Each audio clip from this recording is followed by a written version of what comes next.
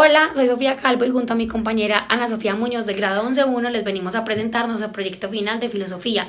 Espero les guste y puedan conocer un poco más sobre la filósofa que escogimos, Simone de Beauvoir, y las ideas sobre su pensamiento que explicamos en ese trabajo.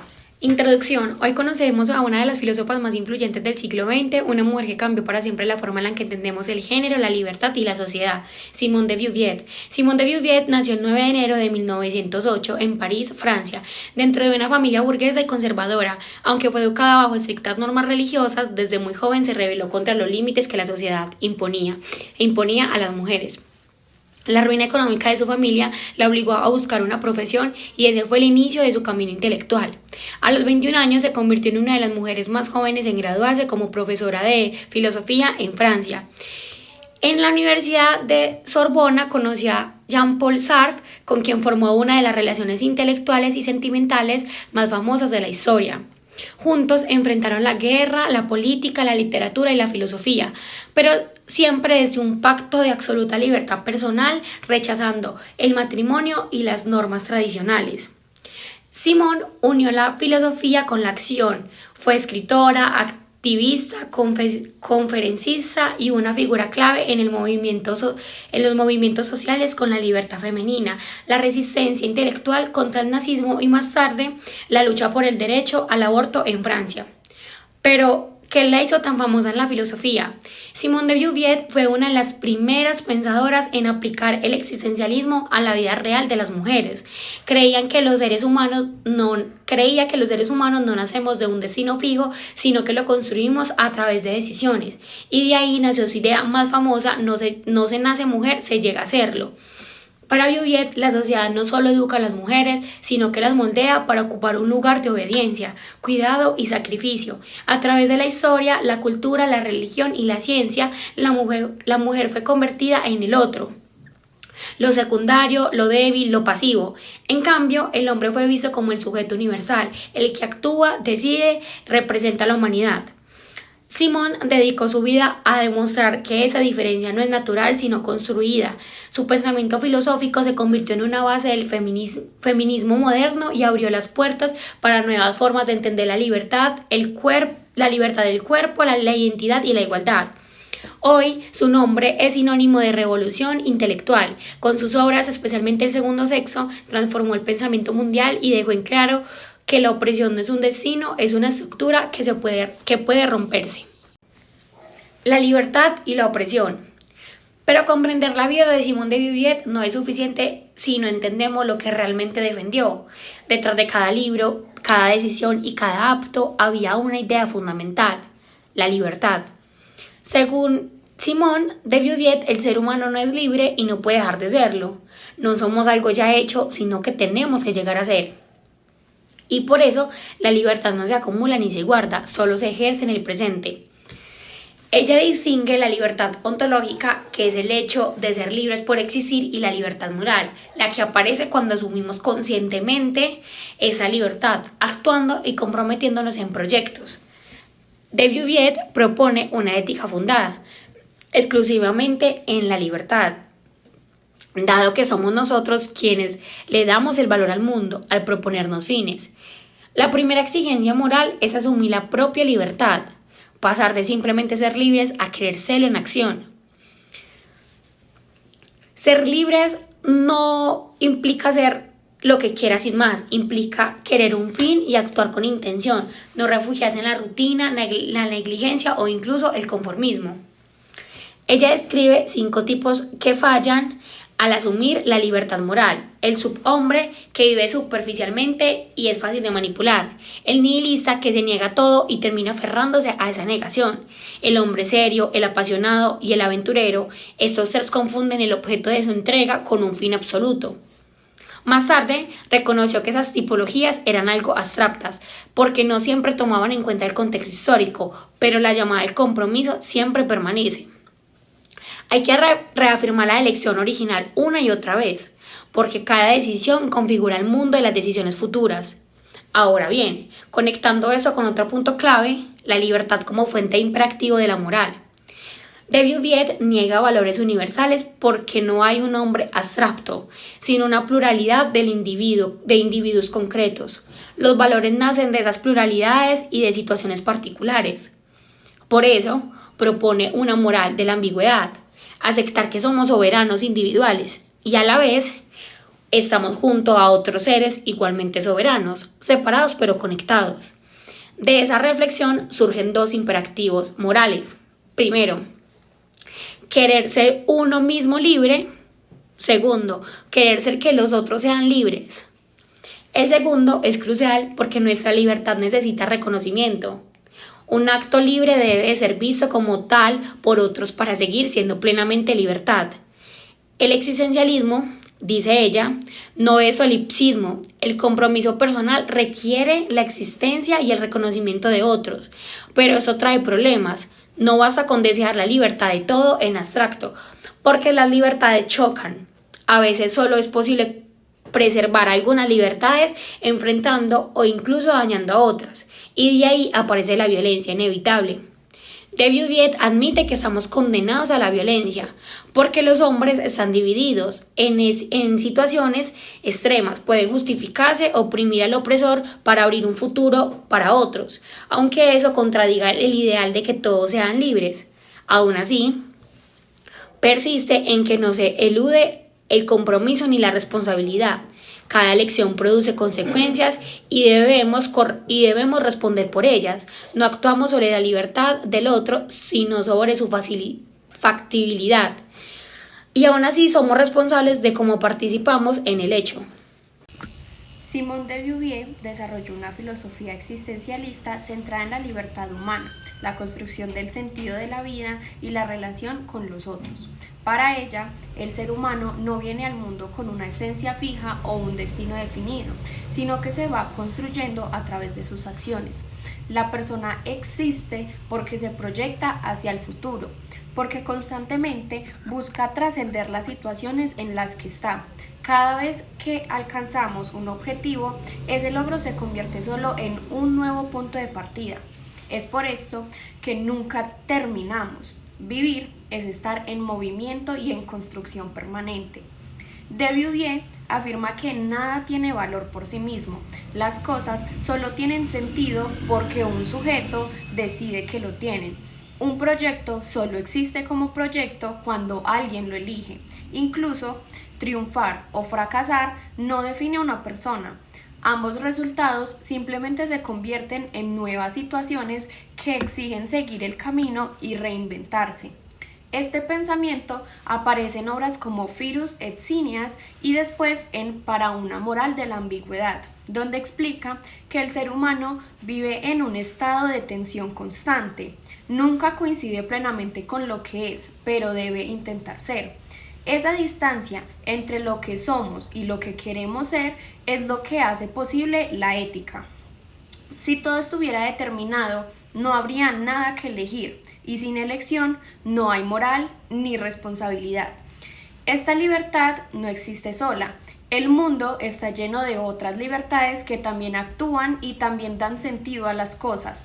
Aquí aparece uno de los temas centrales de Beauvoir, la alteridad, es decir, la existencia del otro. La relación con los otros es ambigua. Por un lado, cada uno tiende a verse como el centro del mundo y a mirar al otro como un objeto, como algo sin libertad. Esa tensión genera rivalidad, conflicto e incluso hostilidad. Tal como ella retoma de la filosofía de Hegel y Sartre, sin embargo, Beauvoir no se detiene en la idea de que el infierno son los otros. Para ella, los otros no solo nos amenazan, también son necesarios. El otro reconoce nuestra libertad, confirma que nuestras acciones tienen sentido y hace posible un mundo compartido. Si estuviéramos solos, la vida sería puro vacío. Aún así, esa convivencia no elimina la ambigüedad. No podemos vivir solo para nosotros, pero tampoco podemos vivir totalmente para otro. Ella critica la idea del sacrificio total o la dedicación absoluta a alguien, porque en el fondo no es posible anular la libertad. Al elegir vivir para otro, también estamos eligiendo desde nuestra propia libertad, es decir, seguimos actuando como sujetos. Además, nunca podemos saber que es el bien del otro, porque cada persona es un proyecto abierto, cambiante, jamás está cerrado. Por eso, ayudar, amar o acompañar a alguien siempre implica riesgo. No tenemos una verdad absoluta que diga cuál es la decisión correcta. Al final, su filosofía muestra que vivir es asumir esa ambigüedad.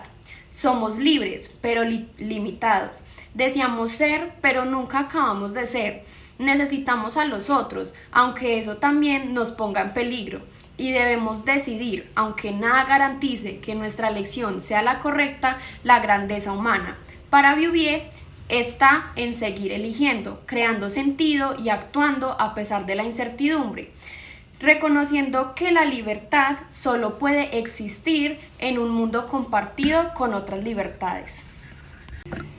La hipótesis central de Simone de Beauvoir, expresada en su obra El segundo sexo de 1949, puede resumirse en su célebre frase: no se nace mujer, se llega a serlo. Esta afirmación sostiene que la feminidad no es una condición natural o biológica, sino una construcción social e histórica. Las mujeres son educadas, moldeadas y condicionadas por las instituciones, las tradiciones y los discursos patriarcales a asumir un papel subordinado. Beauvoir examina cómo esta construcción se ha sostenido mediante la religión, la ciencia, la literatura y la educación.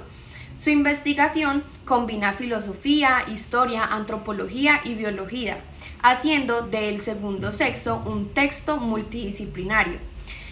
El análisis de Beauvoir se articula en torno a la dinámica de la alteridad, es decir, primero, el sujeto y el otro.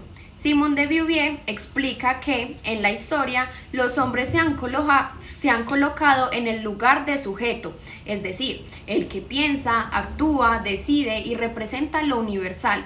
Es decir, el hombre se ve a sí mismo como lo importante, lo esencial o la medida de todo. En cambio, la mujer ha sido convertida en el otro, lo secundario, lo que existe en función del hombre. No es vista como una persona con identidad propia, sino como complemento del hombre.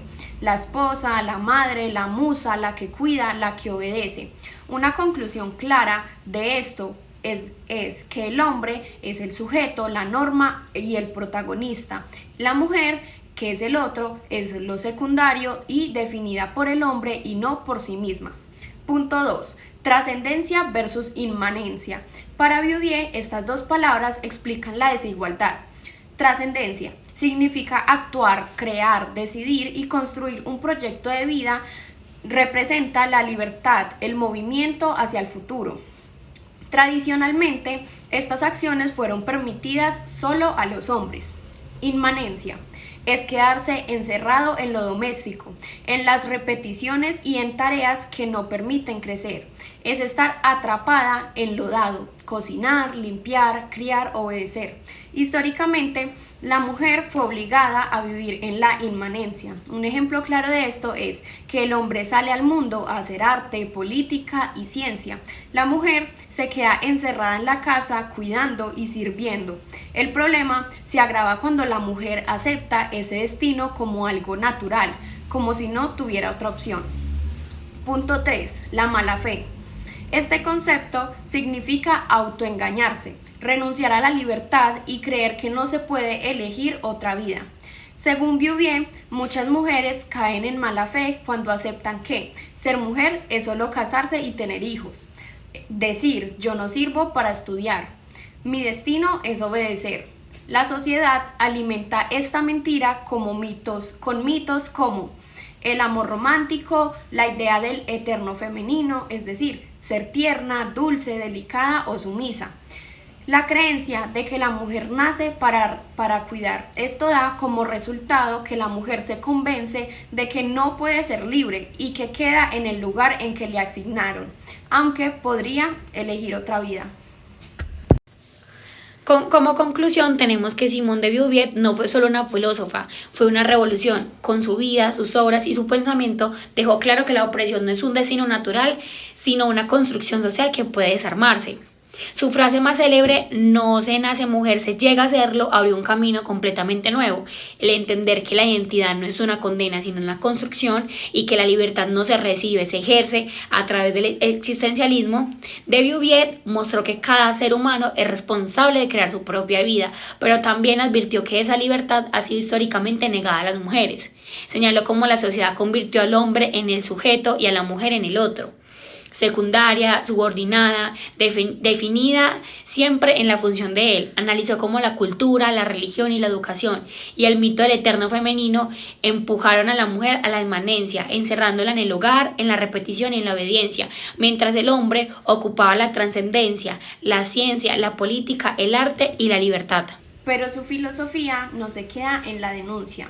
Simón demostró que la liberación es posible cuando la mujer deja de aceptar el rol impuesto, cuando rompe la mala fe y se reconoce como sujeto, como conciencia libre, capaz de decidir, crear y actuar.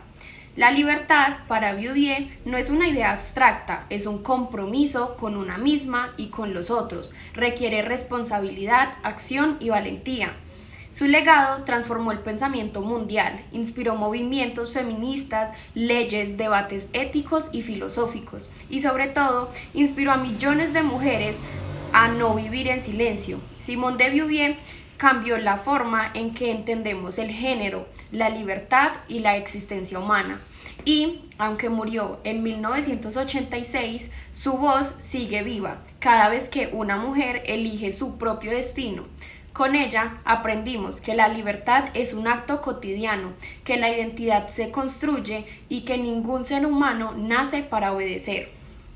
Su obra no es solo filosofía, es una invitación permanente a vivir como sujetos, a romper con lo impuesto y a crear un mundo donde nadie sea el otro, sino un ser libre. Muchas gracias.